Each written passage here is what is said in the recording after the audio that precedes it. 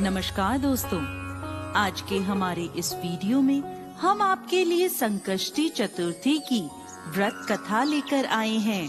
एक समय की बात है, किसी नगर में एक देवरानी और जेठानी रहते थे। जेठानी अमीर थी और देवरानी गरीब थी। देवरानी का पति जंगल से लकड़ियां काटकर शहर में बेचता था। अक्सर वो बीमार रहा करता था। वहीं देवरानी जेठानी के घर का सारा काम करती थी। बदले में जेठानी बचा हुआ खाना, पुराने कपड़े आदि उसे दे देती थी, जिससे देवरानी का परिवार चल रहा था। माघ के महीने में देवरानी ने तिल चौथ का व्रत किया। 5 रुपए के तिल व गुड़ लाकर तिलकूटा बनाया। पूजा करके तिल चौथ की कथा सुनी और तिलकूटा छीके में रख दिया और सोचने लगी, चांद उगने पर तिलकूटे का भोग लगाकर ही कुछ खाऊंगी। कथा सुनकर वो अपनी जेठानी के घर चली गई। खाना बनाकर उसने जेठानी के बच्चों से कहा, खाना खा लो।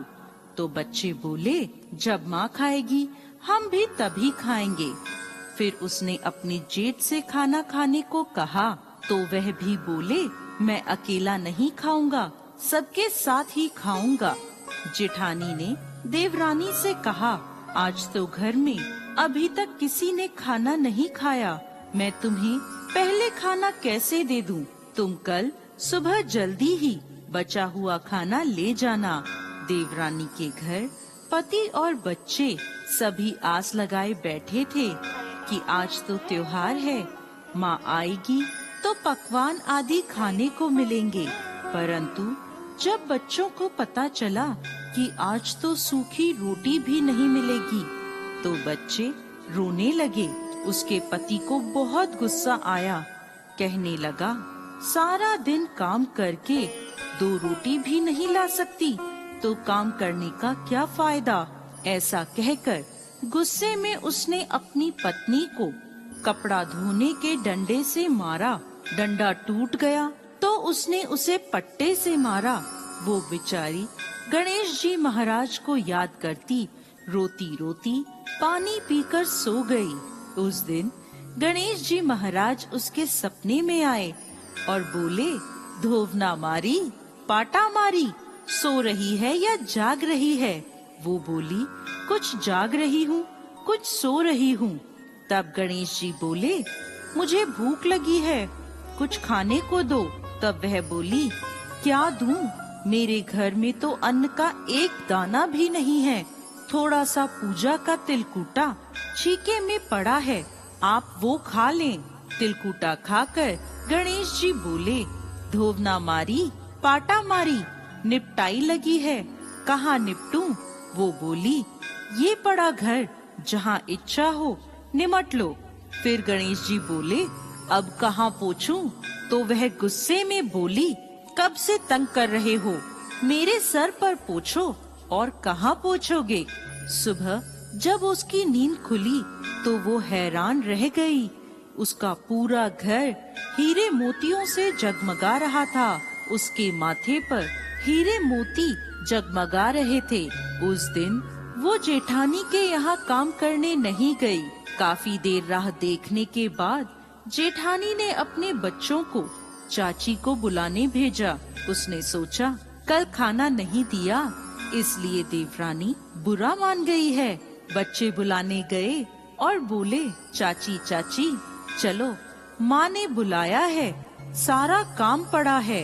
तब देवरानी बोली, बेटा बहुत दिन तुम्हारी माँ के काम कर लिया, अब तुम अपनी माँ को मेरे यहाँ काम करने भेज दो। बच्चों ने घर जाकर अपनी माँ को सारी बात बताई कि चाची का घर हीरे मोतियों से जगमगा रहा है। जेठानी दौड़ती हुई देवरानी के घर पहुँची और बोली, ये सब कैसे हुआ? देवरानी ने गणेश जी महाराज की सारी लीला जेठानी को बता दी। घर लौटकर जेठानी अपने पति से बोली, आप मुझे धोवने और पाटे से मारो। उसका पति बोला, अरे भली मानस, मैंने तो आज तक कभी तुम्हें नहीं मारा, अब मैं तुम्हें कैसे मार। वो नहीं मानी और जिद करने लगी। मजबूरन उसके पति ने उसे खूब मारा। जेठानी ने खूब सारा घी डालकर चूरमा बनाया और छीके में रख कर सो गई। रात को चौथ विनायक जी सपने में आए और बोले, भूख लगी है, क्या खाऊं? जेठानी बोली, गणेश जी महाराज, जेठानी के यहाँ आपने सूखा तिलकुटा खाया था। मैंने तो मेवे और देसी घी डालकर चूरमा बनाया है, छीके में रखा है, खा लीजिए। अब गणेश जी बोले, कहाँ निपटूं? जेठानी बोली, उसके यहाँ तो टूटी फूटी झोपड़ी थी, मेरे यहाँ तो महल है, जहाँ चाहे निमट लें। अब गणेश जी पूछते हैं, अब इसे कहाँ पोंछूं? जेठानी बोली, उसका तो गंदा सा माथा था, मैंने तो चमेली का तेल लगाया है, मेरे माथे पर पोंछिए। धन की लोभी जेठानी सुबह जल्दी ये सोचकर उठी कि उसका घर हीरे मोतियों से जगमगा रहा होगा, लेकिन देखा तो पूरे घर में गंदगी फैली थी, तेज बदबू आ रही थी, उसके सिर पर भी गंदगी लगी थी। वो बोली, हे गणेश जी महाराज, ये आपने क्या किया? मुझसे रूठे और देवरानी पर टूटे। जेठानी ने सफाई करने की बहुत कोशिश करी, परंतु गंदगी और फैलती गई। जेठानी के पति को जब ये मालूम चला तो वो बहुत नाराज हुआ और बोला, तेरे पास सब कुछ था, फिर भी तेरा मन नहीं भरा। देख, ये तेरे लालच का नतीजा है। परेशान होकर जेठानी गणेश जी महाराज से विनती करने लगी, माफी मांगने लगी। गणेश जी बोले, देवरानी से जलने से और धन के लोभ में तुमने जो किया, ये उसका नतीजा है। इस प्रकार जेठानी को सबक सिखाते हुए गणेश जी महाराज ने अपनी माया समेट ली। हे गणेश जी महाराज, जैसे देवरानी पर कृपा करी, वैसे सब पर करना। कहानी कहने वाले, सुनने वाले और हुंकारा भरने वाले सब पर कृपा करना, और जेठानी को जैसी सजा दी वैसी किसी को मत देना।